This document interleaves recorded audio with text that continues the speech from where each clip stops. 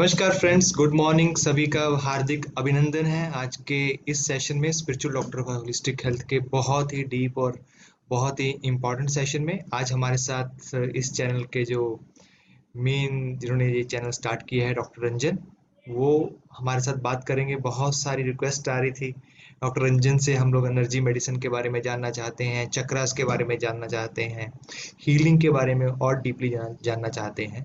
तो वो इंतजार की जो घड़ियां थी वो खत्म हुई और आज का सेशन मैं चाहता हूँ सभी लोग बहुत ही ध्यान से सुने। आपके जो भी क्वेश्चंस हो एनर्जी मेडिसिन के बारे में तो आप चैट बॉक्स में टाइप करते रहेंगे और मैं डॉक्टर रंजन से एज ए मॉडरेटर पूछता रहूँगा। आप पिछले 1.5 साल से हमें बहुत ही प्यार दे रहे हैं, रिस्पेक्ट दे रहे हैं और अपनी पार्टिसिपेशन को और बढ़ा रहे हैं। ये एक बहुत ही खुशी की बात है। एनर्जी मेडिसिन एक ऐसा टॉपिक है जिसके बारे में बहुत कुछ लिखा गया है, बहुत कुछ बोला गया है, लेकिन अभी भी इतना डिफाइंड नहीं है। ये एनर्जी मेडिसिन कोई आज का टॉपिक नहीं है, ये सदियों से एनर्जी मेडिसिन चला आ रहा है, बात हो रही है। लेकिन आज हम क्या कर रहे हैं, आज इसी टॉपिक को हम लोग डिफरेंट जो रिसर्चर्स हैं वो उसको एक्सप्लेन कर रहे हैं साइंटिफिक वे में। तो उसी साइंस को हमारे समझने की कोशिश करेंगे डॉक्टर रंजन से। एनर्जी मेडिसिन होती क्या है, एक तरफ एनर्जी और दूसरा पार्ट मेडिसिन। अभी तक हम फिजिकल मेडिसिन, केमिकल मेडिसिन उनकी बात करते आ रहे थे जिनको हम एलोपैथी या होम्योपैथी या डिफरेंट तरह की जो विधियां हैं उसको बोलते हैं। लेकिन हर एक चीज को अगर माइन्यूटली देखा जाए, बहुत ही सूक्ष्म तरीके से देखा जाए, डीप में जाके देखा जाए, देन एवरीथिंग इज एनर्जी।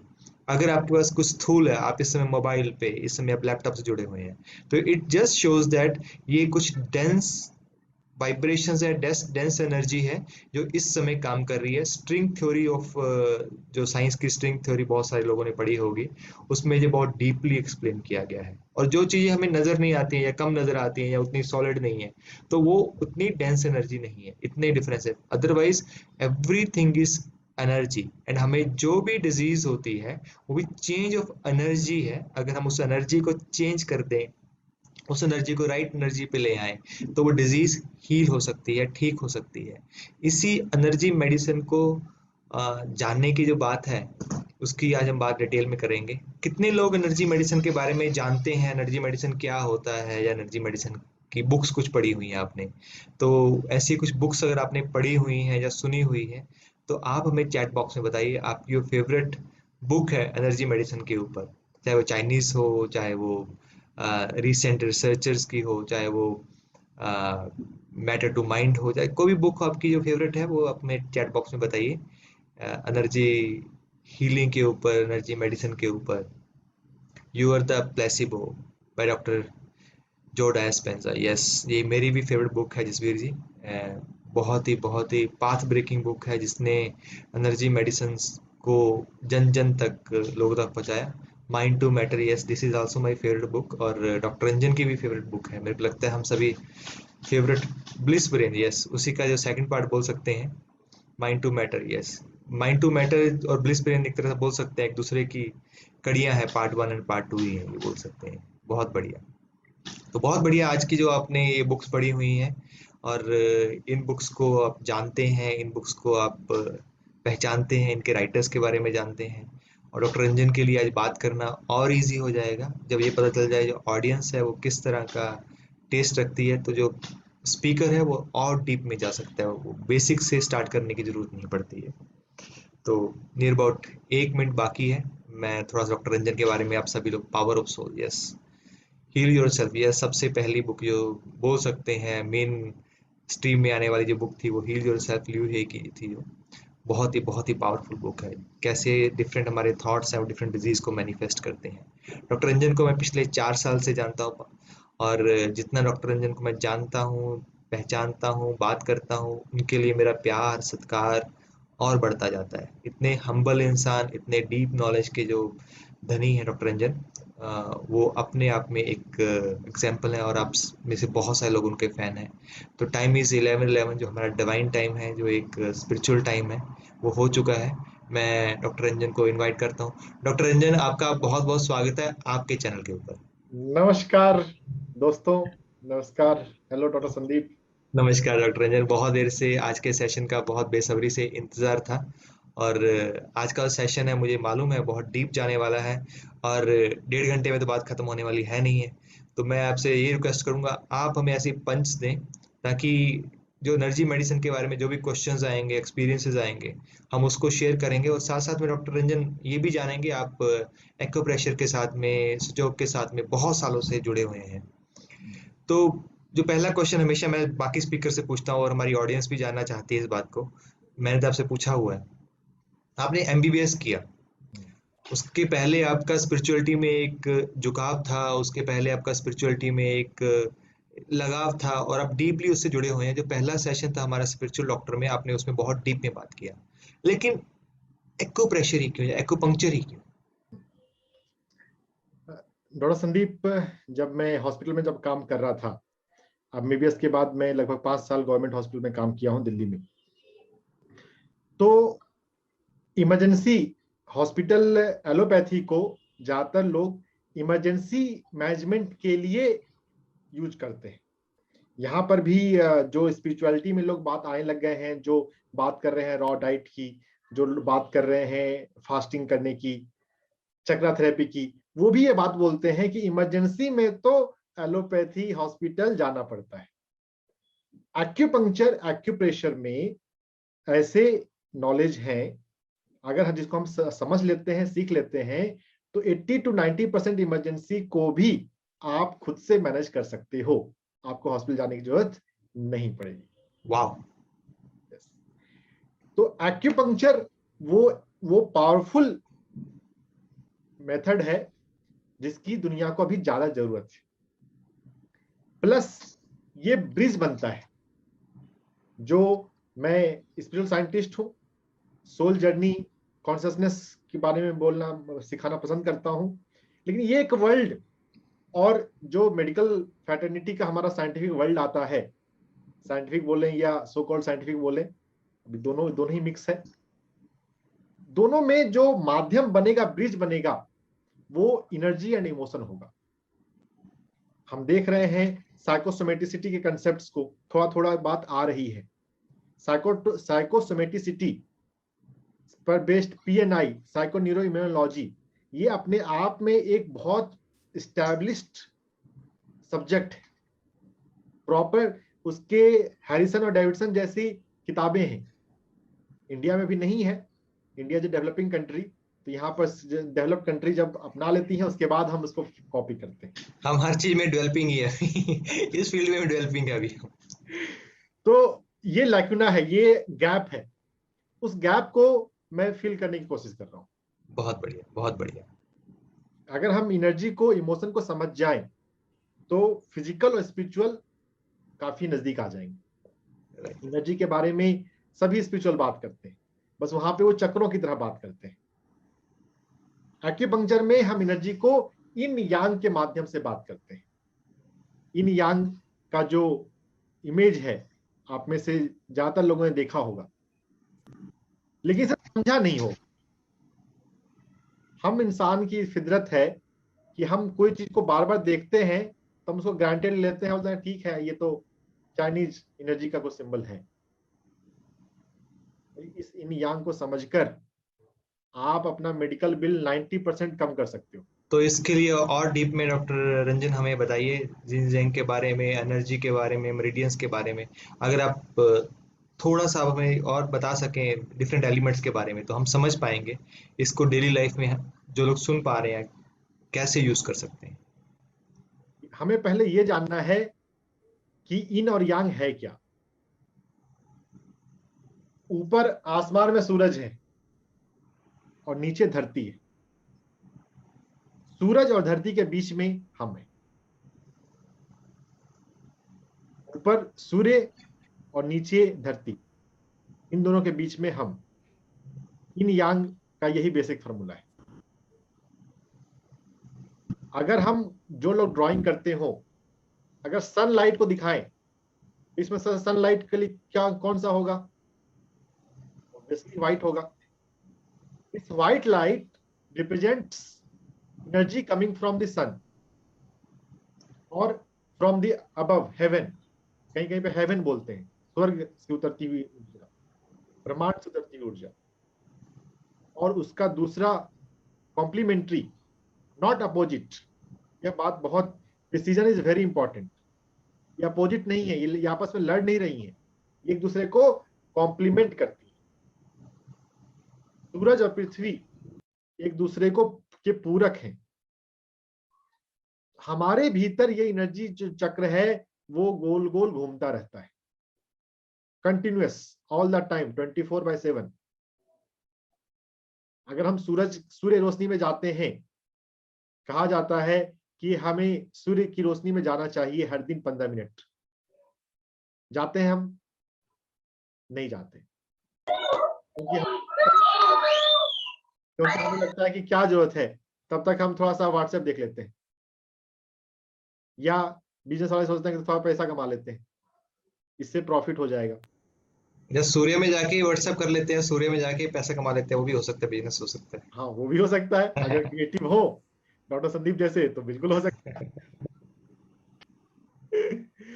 तो हमारे शरीर में जितनी बीमारियां हैं, उसमें से कुछ बीमारियां ये सूर्य ऊर्जा की कमी से, और कुछ बीमारियां पृथ्वी प्राण, जिसको हम इन बोलते हैं, जो अर्थ से आ रहा है, उसकी कमी से होता है। तो अब कौन सी हेल्थ कंडीशन में इन एनर्जी गड़बड़ होती है, कौन सी के डिजीज में सन प्राणा डिस्टर्ब होता है, वो समझने की जरूरत है, और उसका डिस्ट्रीब्यूशन हमारे भीतर कैसे होता है। तो यहां पर मेरे गुरु का इन्वेंशन है,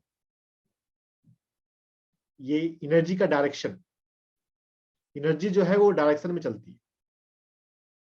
तो सन की जो एनर्जी है वो ऊपर से नीचे आती है, यांग, और जो अर्थ की एनर्जी है वो स्लो चलती है, वो हॉरिजॉन्टल है। तो कोई भी ऐसी डिजीज जिसमें वर्टिकल का डिस्टरबेंस हो, वो यांग का डिस्टरबेंस है। कोई ऐसी बीमारी जिसमें हॉरिजॉन्टल का डिस्टरबेंस हो, वो इन की बीमारी है। तो इन जनरल हम अपने भीतर यांग को बढ़ाते रहें, हर दिन सूर्य में जाएं, और कुछ समय पृथ्वी के साथ, प्रकृति के साथ बिताएं, ताकि हमारे भीतर इन ठीक ठाक रहे। और उनका आपस में डिस्ट्रीब्यूशन होता है। डिस्ट्रीब्यूशन के लिए हमारे शरीर में 72,000 नाड़ियों का जाल होता है, अध्यात्म में कहते हैं। उसमें सबसे मुख्य सेंट्रल में नाड़ी होती है, सुषुम्ना नाड़ी। एक्यूपंक्चर में भी जो सेंट्रल में यांग एनर्जी का चैनल है, गवर्निंग वेसल, पीछे स्पाइन पे और आगे पीठ पे रेन वेसल, वो सबसे ज्यादा इंपॉर्टेंट होता है।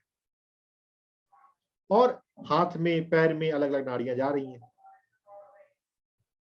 अगर हम इसके डिस्ट्रीब्यूशन को समझ लें, इस पर थोड़ा सा काम करने लग जाएं, तो हेल्दी रहना बहुत इजी है। मैं शब्दों का बहुत क्लियर होता हूं, बहुत इजी है। और प्रकृति में ऐसी व्यवस्था है कि नेचर में होम्योस्टेसिस, होम्योस्टेसिस का वर्ड थोड़ा मेडिकल का है, संतुलन, इक्विलिब्रियम, हर पल नेचर इक्विलिब्रियम कर ही रहा है। और सबसे ज्यादा अच्छा इक्विलिब्रियम होता है सोते समय। इसलिए कभी कोई बीमार है तो बोलते हैं कि अगर ये पर्सन अगर सो जाए तो ठीक हो जाएगा। नहीं, तो सोते समय इक्विलिब्रियम आता है। तो हमें नींद के साथ कॉम्प्रोमाइज कभी नहीं करना चाहिए। अगर आप अपने लाइफ में थ्रू आउट दी लाइफ चाहते हैं कि जिंदगी में आपको कभी हॉस्पिटल ना जाना पड़े, आप चाहते हैं कि आपका मेडिकल बिल बिल्कुल घट के लगभग जीरो हो जाए, लगभग जीरो इसलिए कि थोड़ा बहुत स्कोप कभी छोड़ दीजिए कुछ किस्मत के लिए, हमें अपनी नींद से कॉम्प्रोमाइज नहीं करना चाहिए। Sleep is the most important, more than important than food. भोजन आप फास्टिंग कर लें। नवरात्रा के समय लोग करते हैं ना 9 दिन की फास्टिंग, कुछ नहीं होता शरीर को। आप 9 दिन क्या, एक दिन मत सो, देखो क्या हालत होती है। तो हमें अपनी नींद को, जो कि सबसे महत्वपूर्ण है, उसे महत्वपूर्ण रहने देना चाहिए। हमें अपने बैठने के तरीके में और श्वास लेने के तरीके में भी ध्यान देना चाहिए। जब मैं इन और यांग एनर्जी की बात कर रहा हूं, तो हमारे पेट की तरफ इन एनर्जी सबसे ज्यादा होती है, और उसमें भी नाभि के पास, नाभि से नीचे इन एनर्जी का रिजर्वायर है, जिसको बोलते हैं हारा।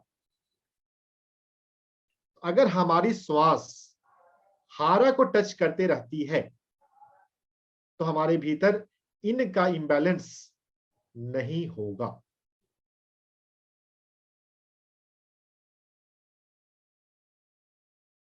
नींद को हम अच्छा रखें, अपने भीतर इन एनर्जी के इंबैलेंस को ना होने देने के लिए डीप ब्रीदिंग होने दें।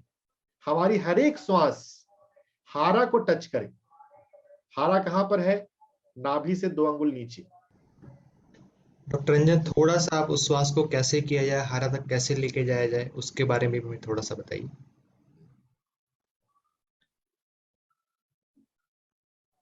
बच्चे भगवान के रूप होते हैं, ऐसा कहा जाता है। छोटे बच्चे को आप देखें कि कैसे वो श्वास लेते हैं। तो छोटे बच्चे तो हमेशा उछलते कूदते रहते हैं, तो आप देख नहीं पाओगे। सोते समय आप देख पाओगे, बाकी समय भी देख सकते हो। सोते समय हमें देखना चाहिए कि उनकी श्वास कैसे चल रही है, उनका पेट कैसे हिल रहा है। यहाँ पर बहुत सारी महिलाएं जुड़ी हुई हैं। महिलाओं ये बात ज्यादा समझते हैं।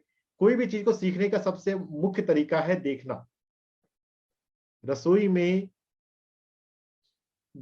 खड़े रहने मात्र से जो लड़की होती है, बेटी होती है, वो भोजन बनाना सीख जाती है। सिखाने के लिए माँ को विशेष प्रयास नहीं करना पड़ता। देखना सीखने का सबसे मुख्य पहलू है। तो हम ऑब्जर्व करें, और योग में भी बोलते हैं वही बात कि दृष्टा भाव बढ़ाएं। ये बैकग्राउंड चेंज हो गया संभव। मैं ये योग ये भी अच्छा लग रहा है, अच्छा लग रहा है, ये भी कोई बात नहीं है। मैं योग सूत्र पर बोलता हूं। तो योग में क्या बात आती है कि दृष्टा भाव हमें बढ़ाना है। योग सूत्र का तीसरा जो सूत्र है, तदा दृष्टे स्वरूपे अवस्थानम। तो दृष्टा भाव बढ़ जाए तो हम योग में आ जाते हैं। तो हम बच्चों को देखें, बच्चे श्वास कैसे लेते हैं। उनकी श्वास गहरी होती है, पेट तक छूती है। तो आप बच्चों को देखकर अपनी श्वास को भी वैसे ही चलाने की कोशिश करें। अभी बच्चे अब नहीं है, अगर अभी आप जूम पे डॉक्टर रंजन के साथ हैं, तो आप अपने बाएं हाथ को अपनी नाभि पे रखें, या नाभि से नीचे रखें, आंखें बंद कर लें और एक गहरी सांस लें।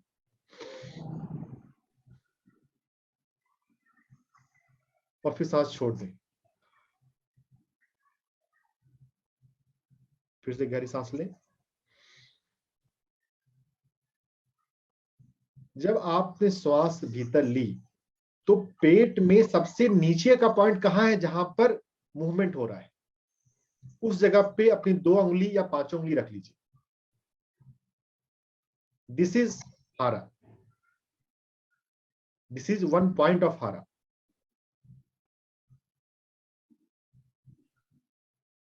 दिन में बार बार आप अपने हारा को टच करें, और हारा को टच करते हुए अपने 5 फिंगर से टच करते हुए गहरी सांस लें। बार बार अपने को याद दिलाएं कि मुझे गहरी सांस लेनी है। गहरी सांस लेंगे तो हमारे शरीर में इन एनर्जी बैलेंस रहेगी, इनकी कमी नहीं हो सकती। जो डायबिटीज है वो इन ऊर्जा की कमी है। पैंक्रियाज में इन ऊर्जा यानी कि पृथ्वी प्राण की कमी हो जाती है।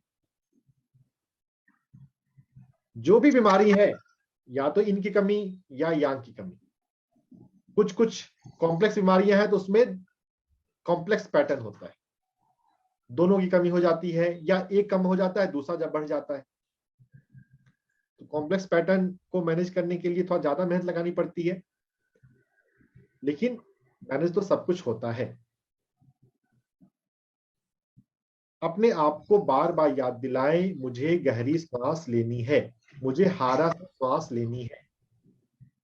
अपने हाथ को नाभि से टच करें, नाभि के नीचे टच करें, याद दिलाने के लिए कि हर एक ब्रीदिंग में यहां पर मूवमेंट होना चाहिए। जब आपको बात याद रह जाए तो शुरुआत में 2-4 दिन 10 दिन हाथ टच करने की जरूरत है, फिर तो आप अवेयरनेस से वहां पर अपने ब्रीदिंग को गहरा रख सकते हैं। जब सोते समय, जब भी सोने लगे तो पहले 5 बार गहरी ब्रीदिंग करें, फिर सोएं। सोने का तरीका होता है, अगर हम क्या होता है, हम क्या करते हैं, हम थक जाते हैं और फिर बस सो जाते हैं। सोने के पहले आप आखिरी 1 घंटे आधे घंटे कैसे बिताते हैं, ये बहुत कुछ डिसाइड करता है आपके हेल्थ को। हमारे 24 घंटे में 2 घंटे सोने से पहले का 1 घंटा और सुबह जगने के बाद का 1 घंटा, 24 घंटे में ये 2 घंटे सबसे अधिक क्रूशियल है। अगर ये 2 घंटे को मैनेज करना सही ढंग से आपको आ गया तो आप हमेशा निरोगी रहेंगे, स्वस्थ रहेंगे। एनर्जी को अपने भीतर बैलेंस करने के लिए एनर्जी के अंदर 2 मुख्य बात आ रही है, इन एंड यांग, धरती प्राण और सूर्य प्राण।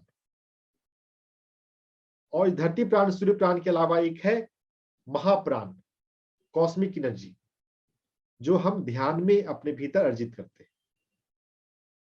तो कॉस्मिक एनर्जी जो है यह ऊपर से आ रही है, तो इसका कुछ कुछ नेचर यांग से मिलेगा। मेडिटेशन, ध्यान साधना से हमारे भीतर सुषुम्ना नाड़ी में महाप्राण उतरता रहता है। अगर हम हर दिन ध्यान साधना में बैठते हैं तो यह भी हमारे भीतर एनर्जी को बैलेंस करेगा। जो इन प्राण है और जो यांग प्राण है, जो हमारे भीतर 72,000 नाड़ियां हैं, इन नाड़ियों में जो ऊर्जा बह रही है, इसकी कमी ना होने दे, एक बात वो है। और उसको बैलेंस रखना इंपॉर्टेंट। बैलेंस रखने का क्या मतलब होता है? बैलेंस का रखने का मतलब होता है डिस्ट्रीब्यूशन। हर एक नाड़ी में जितनी ऊर्जा जानी चाहिए उतनी ऊर्जा जाए। अभी भारत जो है, भारत एक गरीब देश नहीं है, आपको पता है बात। भारत में बहुत धन है, बस डिस्ट्रीब्यूशन, जो पैसे का जो डिस्ट्रीब्यूशन है वो अनइक्वल है। या दुनिया में भी कुछ लोगों के पास अधिक पैसा है और कुछ लोग बीपीएल में। तो धन की, रिसोर्सेस की कमी नहीं है, लेकिन डिस्ट्रीब्यूशन जो है वो प्रॉपर नहीं है। हमारे बॉडी में भी बहुत बार डिस्ट्रीब्यूशन की क्या होता है कि किसी नाड़ी में, किसी खास नाड़ी में ऊर्जा की कमी हो जाती है और किसी खास नाड़ी में ऊर्जा बढ़ जाती है। तो इन और यांग जो है उसको समझा गया है। हमारे हाथ में अंदर की तरफ 3 और बाहर की तरफ 3 मुख्य नाड़ी होती है, और पैर में भी ऐसा होता है। इसके डिस्ट्रीब्यूशन को अगर हम समझें और कब कहां पर किसको अल्टर करना है वो समझ लें तो अच्छा हो जाएगा। एक ऊर्जा को बैलेंस करने का एक आसान तरीका है कि जब भी बैठे हम अपने हाथों से पैर को टच कर लें। अगर हाथों से हम पैर को टच किए हुए हैं तो एक ऊपर से नेटवर्क बन गया। वैसे बॉडी में इंटरनली भी एनर्जी ऊपर से नीचे पहुंच जानी चाहिए, लेकिन अगर आपने हाथों से अपने पैर को टच किए हुए हैं, पैर को छुए हुए हैं, तो हाथों की ऊर्जा पैर में पहुंच जाएगी, एक कोलैटरल ब्रिज बन जाएगी। तो हमें जब भी हम बैठें, बैठने में अधिक से अधिक हमें जो इंडियन ट्रेडिशन ऑफ सिटिंग है क्रॉस लेग, आलती पालथी, वो बेहतर है। हम कुर्सी पे सोफे पे बैठते हैं, ट्रेडिशन वो हो गया है, लेकिन जहां तक पॉसिबल हो आप आलती पालती में बैठ जाएं। वो हमारी एनर्जी को संतुलित रखने के लिए ज्यादा कंपैटिबल है। हमारे दोनों पैर की ऊर्जा आपस में मिली हुई है। और अपने हाथ को भी पैर के ऊपर टच करते हुए रखें। अगर आप चेयर पे सोफे पर बैठे हुए हैं तो अपने पैर को नी के ऊपर दूसरे पैर को रख लें और तलवे के फिंगर को हाथ के फिंगर से पकड़ लें। अभी एक बार प्रैक्टिकल कर लें। अपने एक घुटने पर दूसरा पैर रखें और एक अपनी हथेली से दूसरे पैर के 5 उंगलियों को पकड़ लें। जैसे हाथों से आप मिला रहे हैं, वैसे हाथ को पैर की उंगलियों से मिला लेना। तो ये एक क्या हुआ कि कनेक्शन बन गया, एक्सटर्नल कनेक्शन।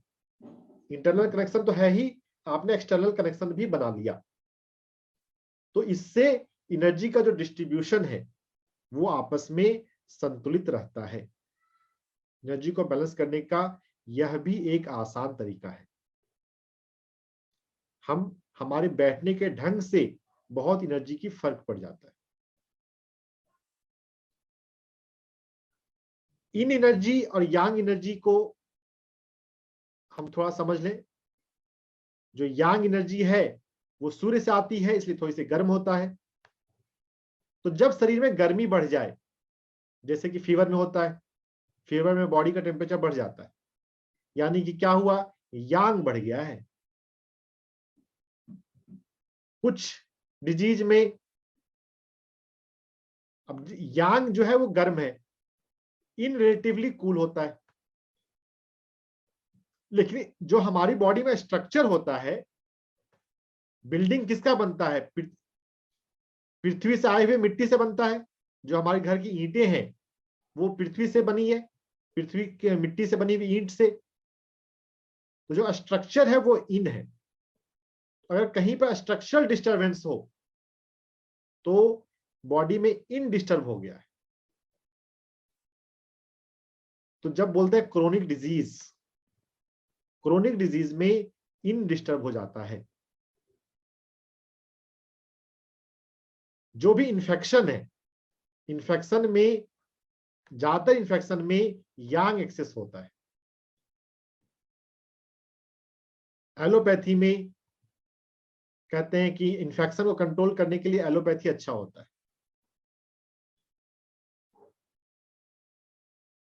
ऐसा तभी बोलते हैं जिन्होंने यांग के मेथड से यांग को कम करके इन्फेक्शन को कंट्रोल नहीं किया है।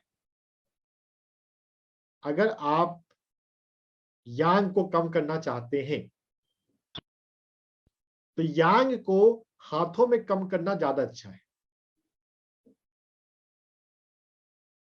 देखिए, अब जो यांग है वो ऊपर सूर्य से आ रहा है,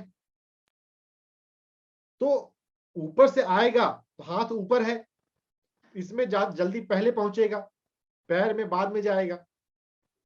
तो यांग को कम करना है तो हाथों में कम करते हैं।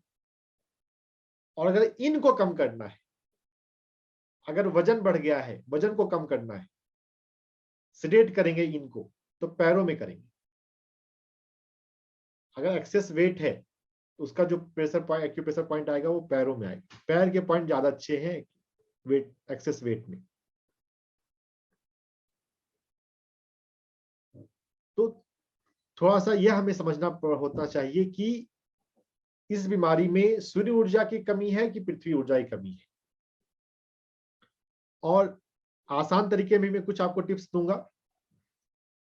हमारे शरीर में सभी नाड़ियां जो हैं और हाथों और पैरों में आती हैं।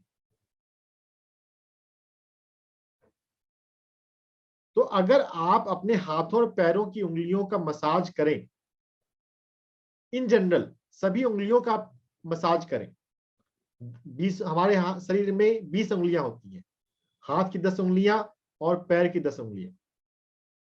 इनका अगर हम मसाज करते हैं तो इन जनरल सभी नाड़ियों जो है, जो नाड़ियों का जो नेटवर्क है वो बहुत कॉम्प्लेक्स है।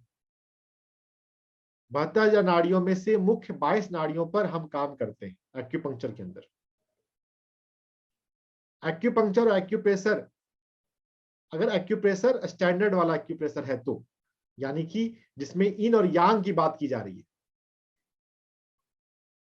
एक्यूप्रेशर के अंदर कई सारे वर्जन चल पड़े हैं। सुजोक है, रिफ्लेक्सोलॉजी है, मर्म चिकित्सा है, सभी काम थोड़ा बहुत तो करते ही हैं, तभी दुनिया में पॉपुलर है। डॉक्टर रंजन, बहुत सारे लोगों को यहाँ सुजोग के बारे में, ऑरिकुलर थेरेपी के बारे में, मर्मा थेरेपी के बारे में नहीं पता, जो वर्ड यूज किए, तो थोड़ा सा इनके बारे में बता देंगे तो बहुत बढ़िया रहे। ठीक है, तो सुजोग क्या है? सुजोग में ऐसा माना जाता है कि हमारी जो पूरी हथेली है वो पूरे शरीर के ऑर्गन, शरीर का रिप्रेजेंटेटिव है। जो हमारी मिडिल फिंगर और रिंग फिंगर है ये हमारे दोनों पैरों का रिप्रेजेंटेटिव है। जो अंगूठा है वो सिर का रिप्रेजेंटेटिव है। तो सुजोग में सिर्फ हथेली का इलाज होता है, सिर्फ पाम का। सुजोग वाले जो सुजोग थेरेपिस्ट होते हैं वो सिर्फ हथेली पर चिकित्सा करते हैं। तो सुजोग से भी बहुत जगह पे रिजल्ट आते हैं, लेकिन सुजोग में सिर्फ हथेली पे काम कर रहे हैं। जो नाड़ी है वो तो पूरे शरीर में है। तो कोई जो डीप बीमारी होगी, जो कॉम्प्लेक्स डिजीज होगी, वो सुजोग से हील नहीं होता है, नहीं हो सकता। अब सुजोग थेरेपिस्ट जो है उस बात को सहमत नहीं होंगे, लेकिन सहमत नहीं होने से एकेडमिक फील्ड में होता है रिसर्च। WHO में जो एनर्जी मेडिसिन पर एक्यूपंक्चर में कुछ रिसर्च हुए हैं वो मेरिडियन वाले मेथड, मेरिडियन एक्यूपंक्चर पर ही हुए हैं। सुजोग पर कोई अच्छा डिटेल रिसर्च ज्यादा नहीं हुआ है, कोई हो ही नहीं सकता। वो सिस्टम बहुत लिमिटेड है, बहुत छोटा है ना, सिर्फ हमारी हथेली पे काम हो रहा है। सुजोग की तरह पैर के ऊपर भी कुछ ऐसी थेरेपी है डॉक्टर रंजन, जो सिर्फ वहीं पे पर्टिकुलरली काम करती हो? देखिए, सुजोग जैसा सुजोग में हथेली को पूरे बॉडी का रिप्रेजेंटेटिव माना गया। सुजोग का मतलब होता है, सु मतलब हैंड और जोक मतलब होता है पैर। ये कोरियन लैंग्वेज से आया है। कोरिया के एक साइंटिस्ट हुए प्रोफेसर पार्क जे वू, उन्होंने बहुत अच्छा काम किया, बहुत पॉपुलराइज किया, लेकिन उन्होंने बस एक छोटे से सिस्टम को पॉपुलराइज किया। तो ये सुजोग कोरियन वर्ड है। सु मतलब हैंड, जोक मतलब पैर। तो जैसा हथेली पे कर रहे हैं वैसा ही पैर पे भी कर सकते हैं। बस क्या है कि पैर का करने के लिए पैर को ऊपर रखना पड़ेगा। पैर नीचे होते हैं, फुटवियर पहने होते हैं, उतना इजी नहीं होता, कन्वीनियंस थोड़ा कम है, इसलिए हथेली का ज्यादा यूज होता है। नहीं तो अगर सुजोग को ही करना हो तो जितना हथेली पे करते हैं उतना ही तलवे पर भी कर सकते हैं। एक क्वेश्चन डॉक्टर रंजन और आता है, जैसे आजकल जैसे फुटवियर्स आते हैं, एक्यूप्रेशर या इस तरह के फुटवियर्स आते हैं, उनकी कितना योगदान है, कितना वो हेल्थ के लिए अच्छे रहते हैं? ठीक है, कुछ फायदा तो होता ही है। आप 5% 10% यूजफुलनेस तो उसका कह सकते हैं, कर सकते हैं।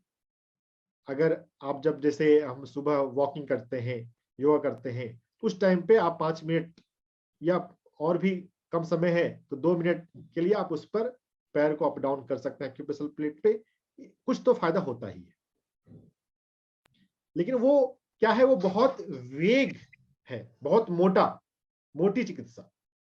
बारीक बातों को हम समझें कि हम किस पर काम करें, तो अब उन बारीक बातों पे मैं आता हूं। एनर्जी मेडिसिन में 5 इंटरनल मुख्य ऑर्गन है: लीवर, हार्ट, पैंक्रियाज, लंग और किडनी। कोई भी क्रोनिक डिजीज होगी तो इसी में से कोई एक ऑर्गन या 2 ऑर्गन या 3 ऑर्गन डिस्टर्ब होगा। चाहे आप कोई भी ऐसी बीमारी ले लें जिसमें इन 5 ऑर्गन का रोल नहीं है, तो भी ये 5 ऑर्गन में से कोई ना कोई तो प्रभावित होते ही हैं। हम जब एनर्जी मेडिसिन में, एक्यूपंक्चर में निडल यूज होता है। एक्यूप्रेशर में हम खुद के हाथ से, हथेली के मसाज से कर सकते हैं। नीडल की एक्यूपंक्चर के लिए आपको ट्रेंड एक्यूपंक्चरिस्ट के पास जाना पड़ेगा, एक्यूप्रेशर आप खुद से कर सकते हैं। तो इन 5 ऑर्गन पर हमें काम करते हैं। तो हर एक पर्सन को पहचानना चाहिए कि इन 5 में से किस पर मुझे वर्क करना है। अब डायफ्राम होता है, डायफ्राम क्या है? चेस्ट और एब्डोमेन को डिवाइड करता है। तो डायफ्राम से ऊपर है हार्ट और लंग। तो हार्ट और लंग की नाड़ी हमारे हाथ में आती है। और डायफ्राम से नीचे कौन कौन सा ऑर्गन? इन 5 में से कौन ऑर्गन नीचे हो गए? लीवर, लिवर, किडनी, पेनक्रियास तीनों अपने नीचे आ गए। तो उनके जो मेरिडियन है वो पैर में जाते हैं। तो हमें यह समझना है कि इन 5 ऑर्गन में से जो भी हेल्थ के लिए कंसर्न है, उनको अपने इन 5 ऑर्गन में से पहचान लेना चाहिए कि किस पर मुझे विशेष काम करना है, उस पर आप काम करें। डॉक्टर रंजन, क्या हम कुछ क्वेश्चंस आए हैं, अगर हम उसको डिटेल में थोड़ा सा डिस्कस करेंगे तो शायद जो हमारे जो दर्शक हैं, साथी जुड़े हुए हैं, वो बेटर समझ पाएंगे। जरूर। जैसे कि 2 क्वेश्चंस आए हैं, अगर डायबिटीज है तो कौन से पॉइंट्स के ऊपर काम करना चाहिए, और वेट लॉस के ऊपर हमें कौन से वेट लॉस, तो आपको जानते हैं हमेशा ये सबसे प्राइम में रहता है, ऊपर रहता है, उसके ऊपर क्वेश्चन है। 2 चीजों को अगर हम डिस्कस कर पाए तो शायद बेटर ढंग से समझ पाएंगे। और एक्यूप्रेशर के ऊपर मैंने 30 से 50 वीडियो लगभग बनाए हुए हैं यूट्यूब के ऊपर। और हाई बीपी का भी एक क्वेश्चन आया हुआ है। एक एक चीज लेके थोड़ा सा हम अगर आज लाइव सेशन में डिस्कस कर पाए, मेरे को पता है ये डिस्कस करना बहुत डीप में और स्पेसिफिक रहता है, लेकिन अगर हम कर पाए तो बहुत बढ़िया रहेगा। ठीक है, तो जो भी मैं वीडियो जो बता रहा हूं, इसमें से सभी आंसर जो है वो यूट्यूब पे भी अवेलेबल हो जाएंगे। लेकिन क्यों, मैकेनिज्म में थोड़ा सा बताते हुए चलता हूं कि हमें कैसे इसमें ये काम करता है। इन और यांग की टर्म में समझना है कि जो बीमारी है वो कौन सी डिस्टर्ब है। तो जो डायबिटीज है उसमें इन ऊर्जा की कमी होती है। तो हमें इन ऊर्जा को बढ़ाने के लिए हाथों में एक्यूप्रेशर पॉइंट लेना चाहिए। पैर में भी ले सकते हैं, पैर में SP4 SP6 आता है और हाथों में PC4 आता है। फ्रेंड्स, ये जो पॉइंट्स की बात डॉक्टर रंजन कर रहे हैं, तो डिफरेंट ऑर्गन्स के नाम दिए गए हैं, उनकी पोजीशन के हिसाब से बॉडी में कहाँ होते हैं, जैसे कि हमें ये सामने पिक्चर में नजर आ रहा है। जब जो स्टैंडर्ड एक्यूप्रेशर है, मेरिडियन एक्यूप्रेशर, इसमें एक्यूप्रेशर पॉइंट के नाम और नंबर है। तो जैसे जब मैं बोल रहा हूं SP3, तो ये SP3 को PN3 पैंक्रियास 3 भी बोलते हैं। तो ये स्प्लीन मेरिडियन हुई और उसका तीसरा नंबर का पॉइंट हुआ है। जैसे मान लीजिए SP4 है तो ये चौथे नंबर का पॉइंट हुआ। स्प्लीन मेरिडियन में टोटल 21 पॉइंट है, इसलिए हमें सबको जानने की जरूरत नहीं है। आप अपने जरूरत के हिसाब से मुख्य एक्यूप्रेशर पॉइंट समझ लें और उस पर काम करें। ये जो काम करने का तरीका होता है, इसमें भी 2 चीजें होती हैं, tonification and sedation. Tonification, sedation क्या है? अगर हम एनर्जी को कहीं बढ़ा रहे हैं, कोई एक्यूप्रेशर पॉइंट है, अब अगर यहाँ पे जो जो ची है, ची मतलब एनर्जी, इस लैंग्वेज में एनर्जी मेडिसिन में ची बोलते हैं, QI ची, कहीं कहीं पे CHI ची भी होता है। अब यहाँ पे एक एक्यूप्रेशर पॉइंट है ST8। अब यहाँ की एनर्जी को अगर बढ़ाना है तो मुझे टोन करना होगा, अगर कम करना है तो सिडेट करना होगा। एनर्जी को सिर्फ बढ़ाना ही पर्पस नहीं होता, कभी कभी हमें एनर्जी को कम भी करना पड़ता है, बैलेंस करना है बेसिकली हम एनर्जी। अब जैसे किसी को हाई बीपी है, तो हाई बीपी है तो जो यांग मेरिडियन है, यांग मेरिडियन क्या है? जो सूर्य वाली है, जो यांग मेरिडियन है उसको के पॉइंट को हमें सिडेट करना है, वहां पर हमें ची को कम करना है। किसी को पैर का साइटिका है तो साइटिका में ची को कम करना है। पैर के यांग ची को। तो टोन जब बढ़ाना है तो हम उसे दबाते हैं, छोड़ते हैं, तो इसको बोलते हैं टोनिफिकेशन। और अगर कभी ची को कम करना है तो हम वहां पर बस दबाए रखते हैं। अगर सिर्फ दबाए हुए हैं तो वहां पे ची जो है वो कम होगी, इसको बोलते हैं सिडेट करना। एक्यूप्रेशर में अगर हम मेरिडियन एक्यूप्रेशर, इन यांग एक्यूप्रेशर कर रहे हैं तो 60% जगहों पर टोन करना पड़ता है, 40% जगहों पे सिडेट करना होता है। लेकिन ये दुनिया में बहुत अनफॉर्चुनेट है, बहुत एक दुख की बात है कि स्टैंडर्ड मेथड जब नहीं पॉपुलर होता है, जब थोड़ी सी ट्रेनिंग के बाद लोग करना शुरू करने लग जाते हैं तो लोग सिडेट करने वाले पॉइंट को भी टोन कर देते हैं, तो फिर फायदे की जगह नुकसान हो जाता है या फायदा कम होता है। अगर इन यांग एक्यूप्रेशर, मेरिडियन एक्यूप्रेशर अगर दुनिया में पॉपुलर हो तो ये एलोपैथी को भी पीछे कर दे। डॉक्टर रंजन, यहाँ पे एक क्वेश्चन है इसी बात पे। ट्रेनिंग की बात आई है तो बहुत सारे लोग जानना चाहते हैं, अगर वो ट्रेन होना चाहते हैं एक्यूपंक्चर एक्यूप्रेशर के अंदर, तो कैसे हो सकते हैं? कौन से वो गवर्नमेंट ऑफ इंडिया से रिकग्नाइज्ड इंस्टीट्यूशंस हैं या कौन से ऐसे टीचर्स हैं, ऐसे कौन से गुरु हैं इंडिया में जिनसे वो सीख सकते हैं? लुधियाना में एक्यूपंक्चर का कॉलेज है, वहां जाकर आप सीख सकते हैं, या इलाहाबाद में सुजोक जो मेथड में बोल रहा हूं और चाइनीज का एक्यूप्रेशर बियोल मेथड जिसमें यूज करते हैं, सुजोक वाला मेथड और बियोल वाला मेथड आप इलाहाबाद जाकर सीख सकते हैं। मेरे भी ऑनलाइन कोर्सेज हैं, लेकिन गवर्नमेंट ऑफ इंडिया से मैं रिकॉग्नाइज नहीं। और कुछ लोग मैंने आपसे डॉक्टर रंजन सीखा है एक्यूप्रेशर, और बहुत ही बढ़िया ढंग से सीखा है, मैं रिकॉग्नाइज करता हूँ। और जितना मुझे आज की डेट में मेरिडियन सिस्टम के बारे में पता है या मैं बात कर पाता हूँ, तो इसमें कोई दो राय नहीं है। The opening was given by you only, and doctor Ranjan is very very good teacher and very good therapist also. तो डॉक्टर रंजन, और कुछ लोग ऐसे हैं जिनसे लोग सीख सकते हो, जैसे दिल्ली, इलाहाबाद, लुधियाना, ये नॉर्थ इंडिया में हो गए। सदर्न इंडिया में कुछ ऐसे ही कुछ हो तो? सदर्न इंडिया की जानकारी मुझे नहीं है, नहीं है, कोई बात नहीं, जरूर कोई अच्छे बात। होंगे। और अच्छी बात डॉक्टर रंजन ये है, आजकल ऑनलाइन से आप कहीं से किसी से भी सीख सकते हो, ये एक अच्छी बात कर दी है online, that is really really nice thing. तो आगे बढ़ते हैं डॉक्टर रंजन, हमारी वार्तालाप को हम डायबिटीज और वेट लॉस और बीपी के बारे में बात कर रहे थे और पॉइंट्स के बारे में बात कर रहे थे।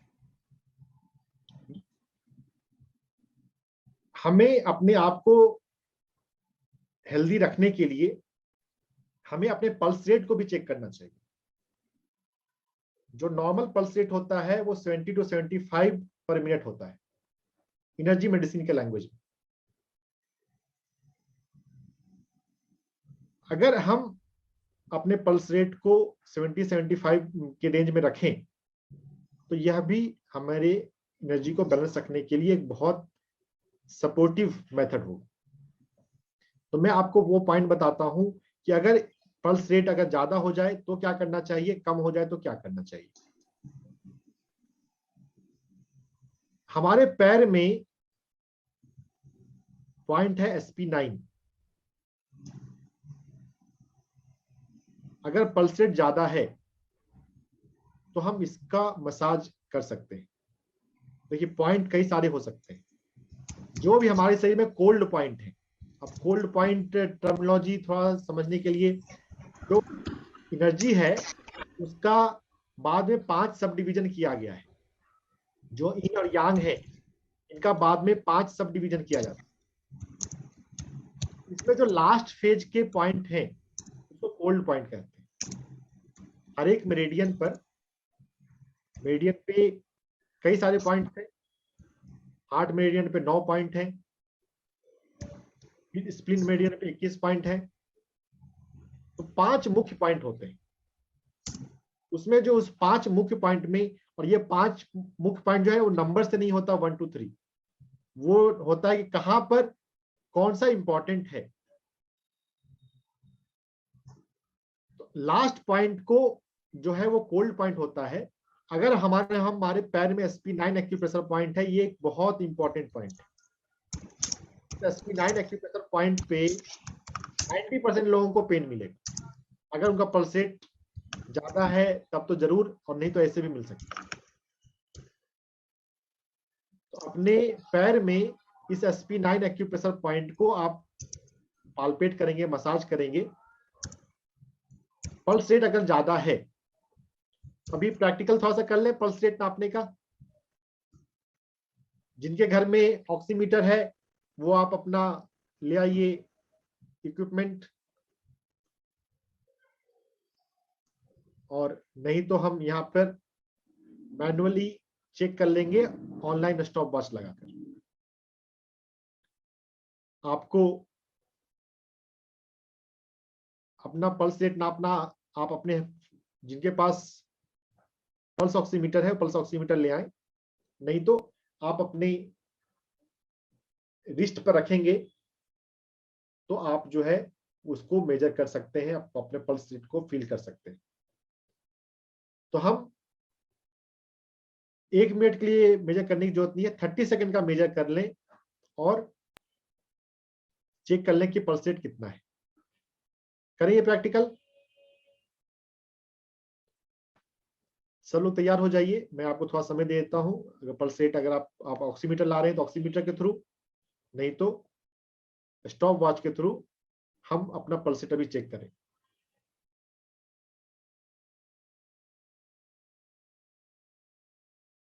सभी लोगों को बात समझ में आ गई? पल्स रेट चेक कर सकते हैं।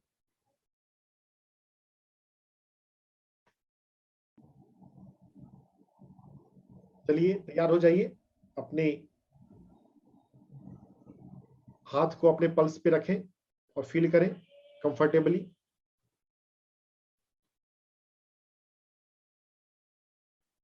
मैं गिनती शुरू करने वाला हूं, बताता हूं।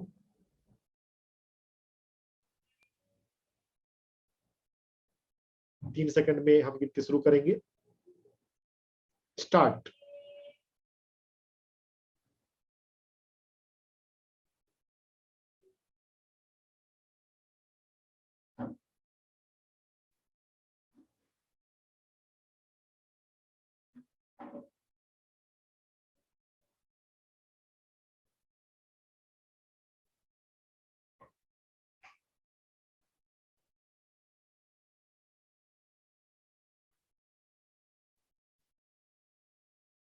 स्टॉप।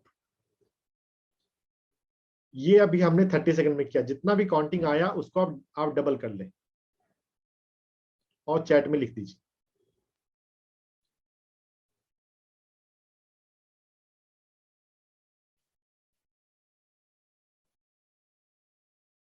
डॉक्टर संदीप और हम एक ही वाइब्रेशन में हैं।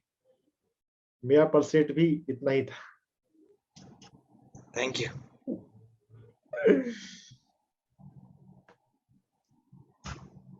मेडिटेटर का पल्स रेट थोड़ा बहुत कम होता है और वो अच्छी बात है कि हम रिलैक्स हैं, कूल हैं, काम हैं।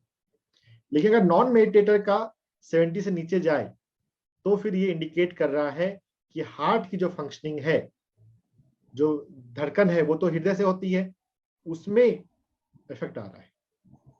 तो हार्ट को एक्टिव करने की जरूरत है, टोन करने की जरूरत है।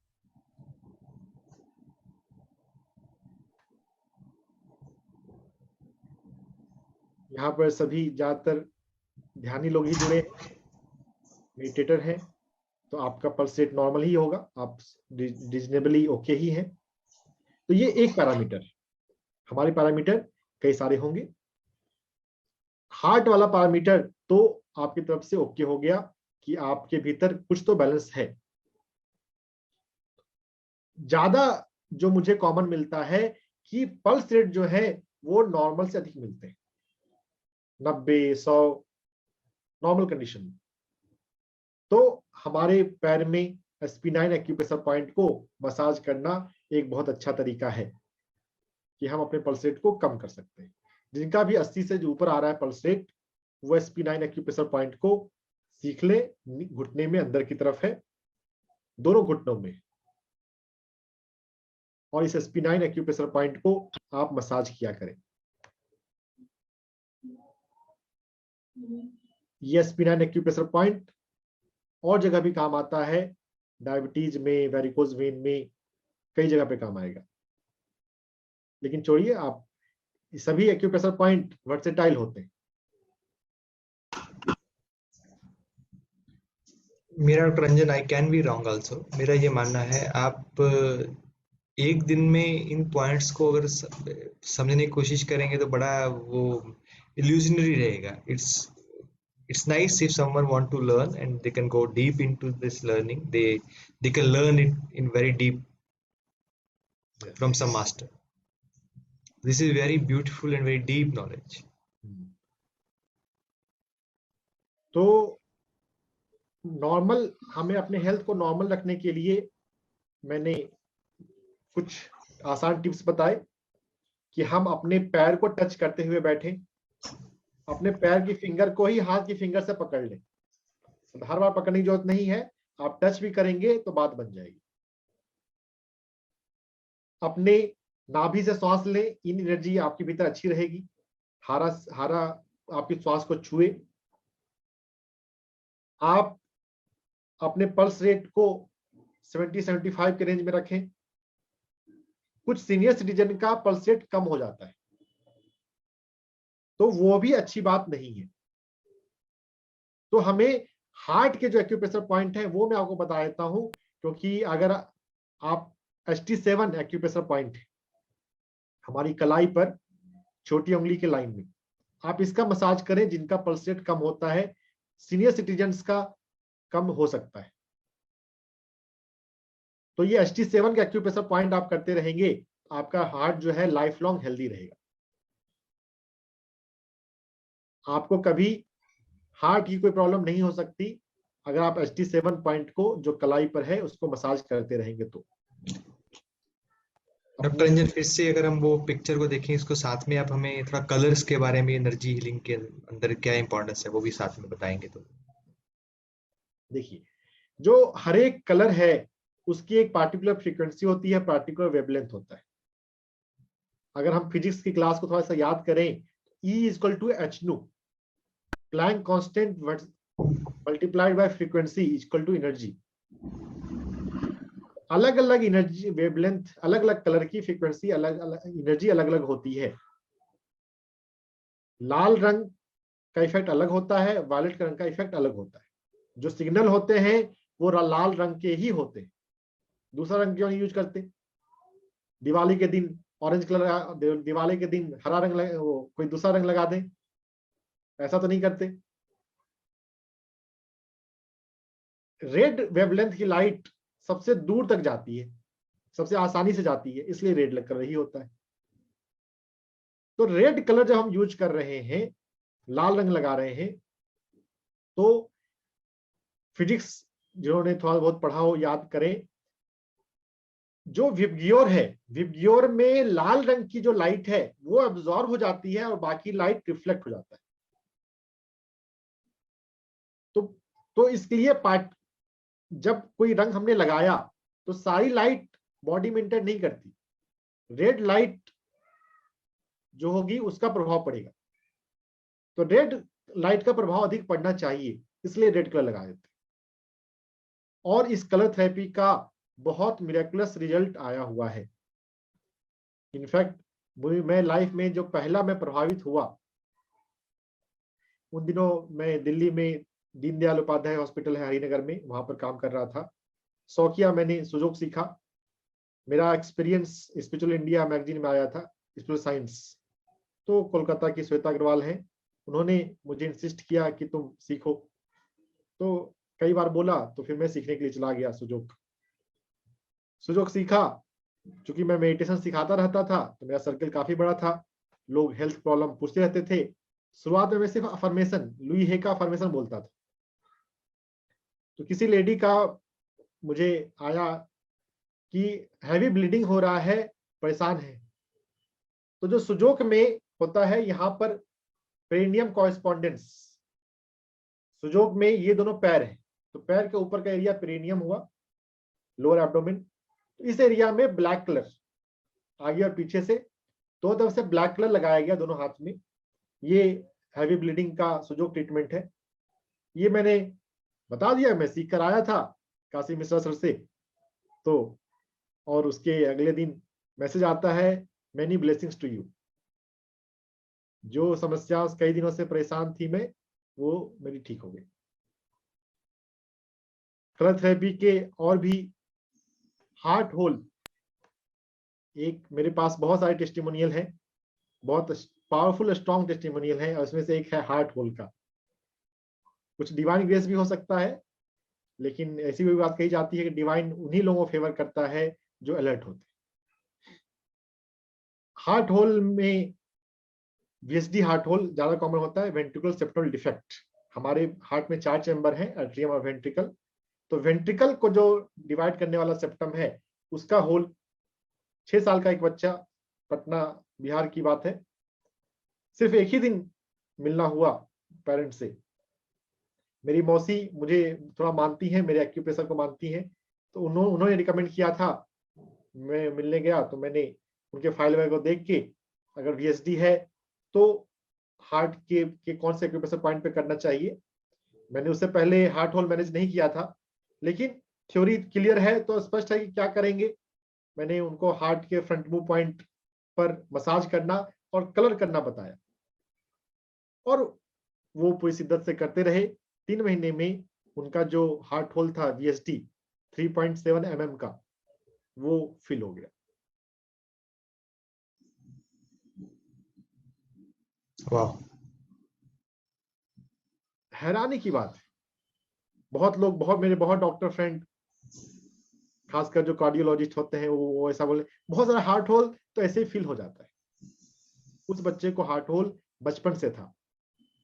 6 साल तक वो वेट करते रहे कि हार्ट होल काश भर जाए, ऑपरेशन नहीं कराना पड़ेगा, खर्च भी होगा, और एक छोटे बच्चे को ऑपरेशन में करना। तो 6 साल तक वो हार्ट होल फिल नहीं हुआ। जब एक्यूप्रेशर करने लगे तब 3 महीने में फिल हो गया। बहुत बड़ी बात है। लेकिन जो जिनको नहीं स्वीकार करना है, वो तो इसी तरह से एक्सक्यूज दे देते हैं कि नेचुरली भी फिल हो जाता है। तभी तो डॉक्टर रंजन, हमने स्पिरिचुअल डॉक्टर व होलिस्टिक हेल्थ का एक प्लेटफॉर्म बनाया है। यहाँ पे वो चीजें जो अब तक एक्सेप्ट नहीं हो रही थी या जिनको एक्सेप्ट करना बड़ा मुश्किल था, सम कम्युनिटीज देयर जो उसको एक्सेप्ट कर सके और उसको रियलिटी में फील कर सके, क्योंकि ये एनर्जी जो है और साइंस जो है वो एक दूसरे से अलग नहीं है, पूरक ही एक दूसरे के, एक ही चीज की बात कर रहे हैं। लेकिन अभी तक क्या कर रहे थे, ये बोल रहे थे अलग बात कर रहे हैं, साइंस बोल रही थी अलग बात कर रहे हैं। नहीं, ये एक ही बात हो रही है, बस इसको अभी डॉक्यूमेंटेड होना और एक्सपीरियंस में लेके आना बाकी है। तो जो चीज फेमस हो जाती है आज की डेट में, कोई ऐसा सात्विक फूड का जो होटल है बहुत बड़ा, ऐसा हिट क्यों नहीं हुआ दुनिया में? केएफसी, ये बर्गर और सब कुछ, मैकडी और सब कुछ इतना फेमस क्यों है? इसका रीजन ये है क्योंकि इसको पॉपुलराइज किया गया, इसको ज्यादा एडवर्टाइजमेंट मिल गई है, इसको ज्यादा लोग एक्सेप्ट कर रहे हैं क्योंकि लोग इसको बार बार सुन रहे हैं। हम लोग भी यही काम कर रहे हैं दोस्तों, यही पर्पस है, क्योंकि इस चीज को बार बार बम्बार्डमेंट किया जाए, बार बार डिस्कस किया जाए, बार बार मेन स्ट्रीम में बात किया जाए, ताकि ये भी लोगों की आम लाइफ में, आम जिंदगी में, डेली लाइफ में महसूस कर सके और डेली लाइफ का पार्ट बन सके। Thank you doctor Ranjan, share करने के लिए, इतना बहुत बढ़िया एक्सपीरियंस शेयर करने के लिए। एक और टेस्टिमोनियल मैं सुनाता हूँ सर, वो भी इतना पावरफुल है, रोंगटे खड़े करने वाले। स्टेज 3 कोलोरेक्टल कार्सिनोमा, कोलोन का कैंसर, 4 सेंटीमीटर का, जिसमें सर्जरी जरूरी है। लिम्फ नोड मॉडल सब कुछ इन्वॉल्व है उसमें। तो मैंने स्पिरिचुअलिटी में मैं समझता हूँ कि हर चीज हील होती है अगर हम प्रॉपर किए जाएं तो। और साथ ही मैंने कैंसर पे बुक पढ़ी, radical remission and radical hope. Anita Moorjani का एग्जांपल हमारे सामने है। तो अनीता मुरजानी का एग्जांपल जो है जो सर, उसमें डिवाइन का ग्रेस एक तरह से हुआ।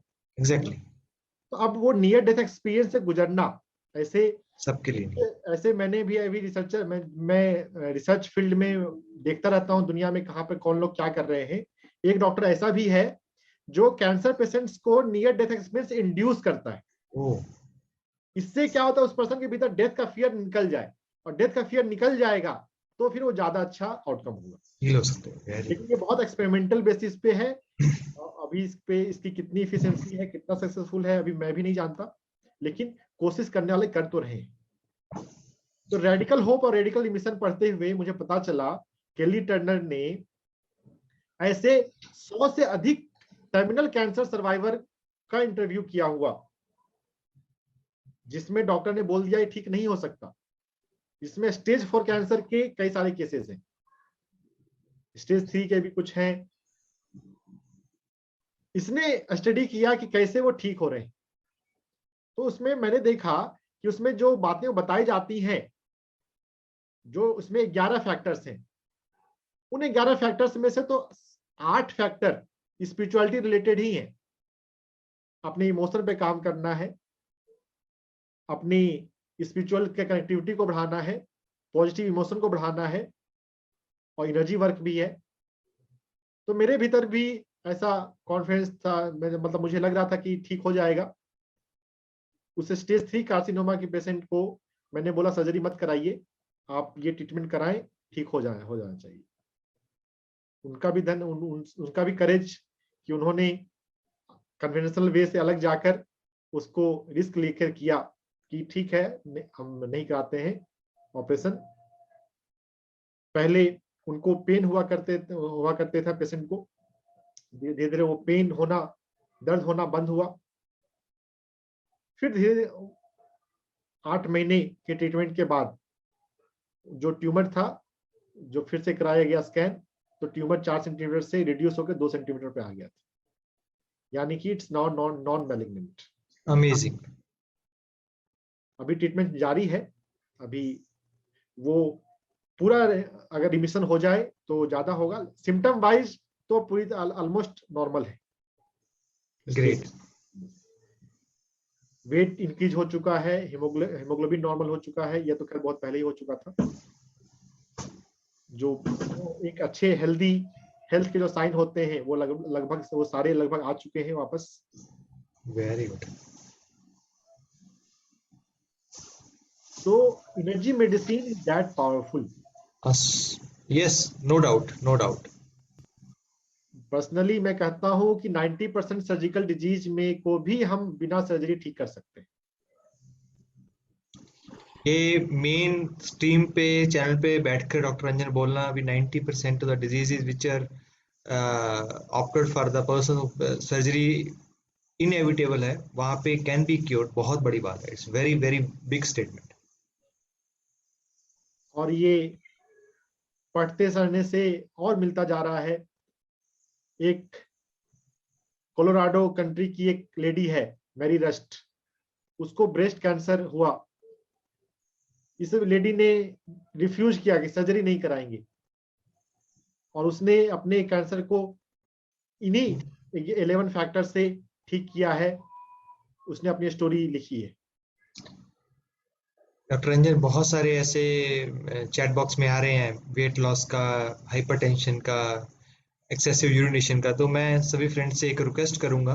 डॉक्टर रंजन का खुद का यूट्यूब चैनल है, उस चैनल के ऊपर सभी वीडियोस अवेलेबल हैं।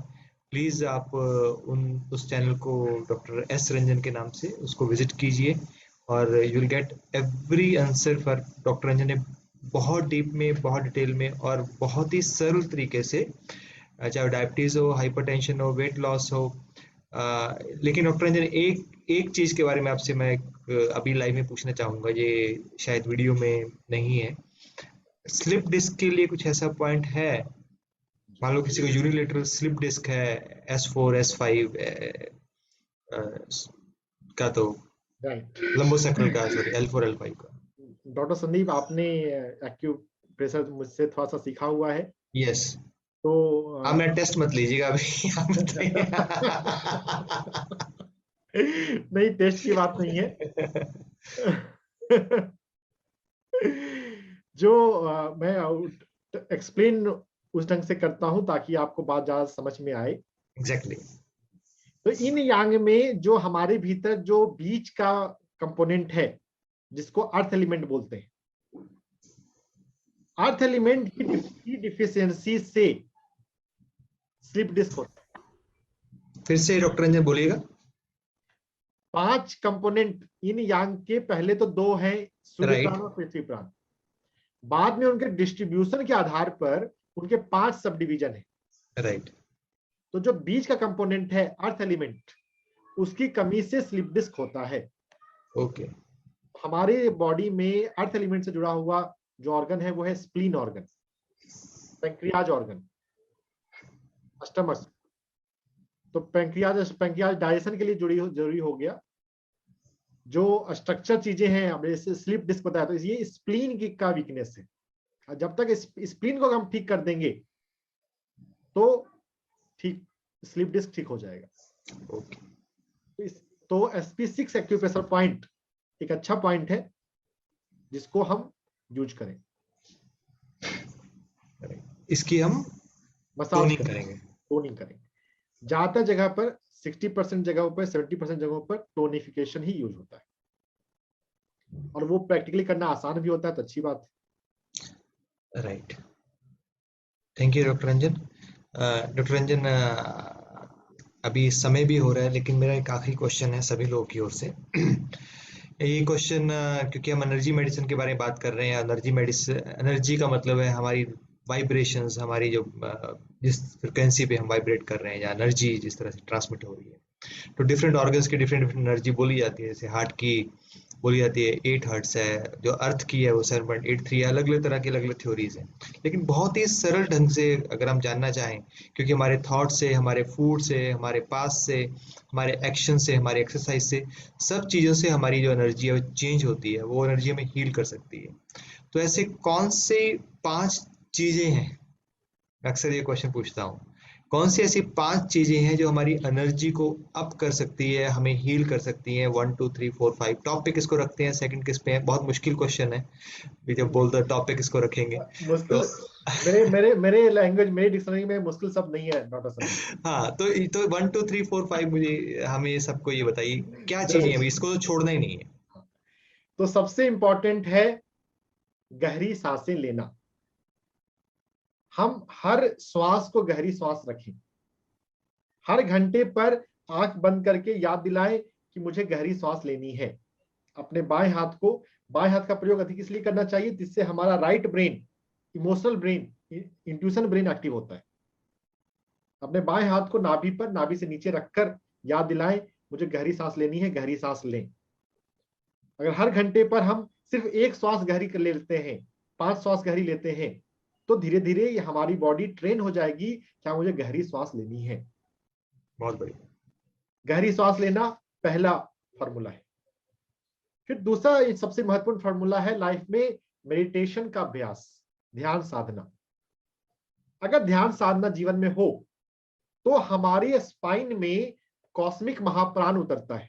सूर्य प्राण है और पृथ्वी प्राण है, और एक कॉस्मिक महाप्राण है, ब्रह्मांडीय महाप्राण, जो ध्यान की अवस्था में आता है। निद्रा में कोई 5 मिनट के लिए जब हम डेल्टा स्टेट में होते हैं तब भी वो आता है। उस महाप्राण को हासिल करने का फॉर्मूला है अपने ब्रेन को डेल्टा स्टेट में ले जाना। जब आप डेल्टा स्टेट में होंगे आपके भीतर वो प्राण आएगा। तो इसलिए प्रकृति के रूप से जब हम सोते हैं और डीप स्लीप में पहुंचते हैं तब वो थोड़ा बहुत मिलता है। जैसे गवर्नमेंट सब्सिडी देती है, राशन देती है ना, 2 रुपए किलो गेहूं और 3 रुपए किलो चावल, तो हम रात में जो सोते हैं तो वैसे ही हमको थोड़ा सा 5 मिनट के लिए एनर्जी मिलता है। लेकिन उस 5 मिनट को लाने के लिए आपको अच्छे से सोना है, डेल्टा स्टेट। ध्यान में हम शून्य होकर, जब हमारा ये मन में कोई विचार नहीं चल रहा हो, तो हम डेल्टा स्टेट में होते हैं। तो डेल्टा में आने के लिए हम अभी खुली आंखों से बीटा में, जब हम रिलैक्स करते हैं, म्यूजिक सुनते हैं, आंख बंद करके आराम करते हैं, कोई भी विजुअलाइजेशन करते हैं, हम अल्फा स्टेट में होते हैं। योग निद्रा करते हैं, हम अल्फा स्टेट में होते हैं। फिर और डीपर जाते हैं तो थीटा में आते हैं। Visualisation methods of theta. और जब हम शून्य में होते हैं, जब हम कुछ नहीं कर रहे होते हैं, डेल्टा में हम कुछ कर नहीं सकते, जब तक हम कुछ कर रहे हैं तब तक वो अल्फा हो सकता है या थीटा हो सकता है। डेल्टा में करने वाला ही नहीं बचता। ध्यान की यही खूबसूरत है। ध्यान वास्तव में, ध्यान किया नहीं जाता, ध्यान की तैयारी की जाती है, ध्यान तो होता है।